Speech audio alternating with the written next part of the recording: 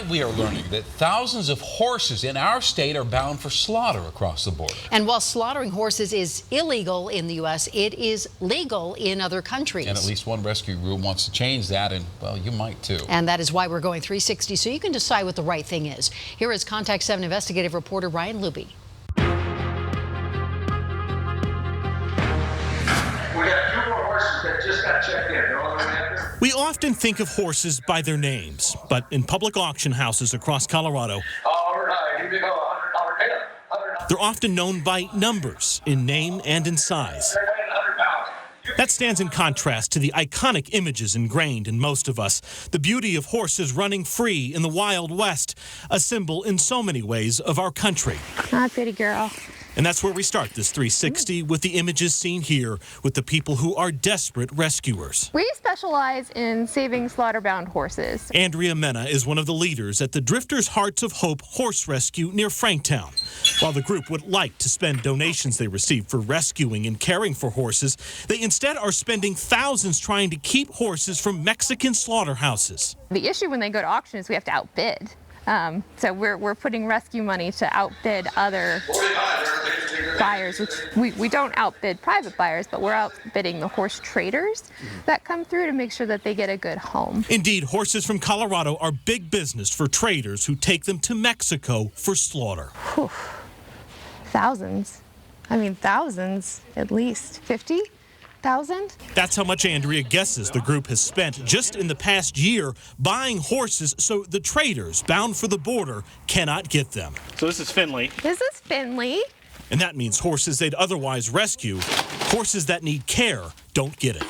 We see them as a symbol of the West. We see them as companions. We don't necessarily see them as food. That's where this 360 takes a sharp 180. Horses, the traders say, are food no different than cows or chickens. But there's also a business on the other side of it where horses need someplace to go.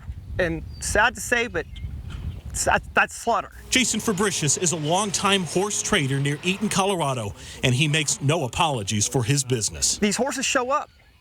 There's no place for them to go. The rancher's done using them. The backyard person's done petting them. They come to a public auction. I buy them, and I buy them by the truckloads. And we send them to Mexico. His family has been in the horse trading industry for decades, and they used to take horses to slaughter in Nebraska up until about 10 years ago, up until the time horse slaughter in the U.S. was banned. Now it's in Mexico. This horse right here, that was a stray. This one right here, this little one? Yep, that's a stray for the state of Colorado. How do you respond to the criticism from people who feel like you're the Antichrist in some ways? I guess I don't know how to explain it. You just got to let it roll off your back. You know, I've had death threats. I've had, you name it, I've had it. It is what it is. And that's what he makes of the auction process, too. A horse has X amount of value. Jason's other argument in support of his business is the economics. There is a big market for horse meat in other countries. He is buying the horses fair and square. It's a public auction. Feel free to bid. And the market's the market. When it comes to stray horses, that's how Colorado law looks at it, too. And the statutory obligation is to try to get them back to their owners. And if you can't get them back to their owners, they have to go to sale for the benefit of the owner, and the proceeds of those sales are held for the benefit of the owner for 6 years. The state had at least 60 stray horses sold at auction in the last 2.5 years, some of which very well could have ended up in Mexico. And that is perfectly legal. That brings us back to Andrea and a different viewpoint that might surprise you. For us, we actually see that bringing slaughter back to the United States would be the most humane option, which is kind of a strange thing to say. Strange indeed, but her point is horse slaughter operations in the U.S. would be far more regulated like they once were. Procedures would have to be followed, and that means slaughter-bound horses would be, in her view, less likely to suffer. It almost seems as if you've kind of mentally made a compromise to say if we're going to do it, because it's going to happen, clearly, let's at least do it in this country. Right, exactly. Ryan Luby, Denver 7.